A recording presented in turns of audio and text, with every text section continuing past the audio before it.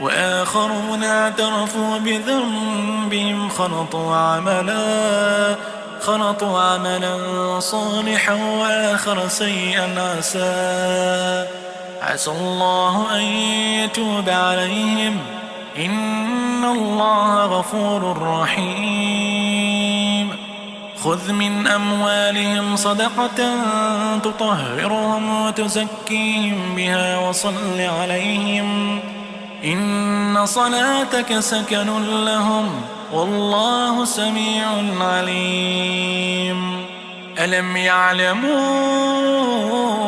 أن الله هو يقبل التوبة عن عباده ويأخذ الصدقات وأن الله هو التواب الرحيم. وقل اعملوا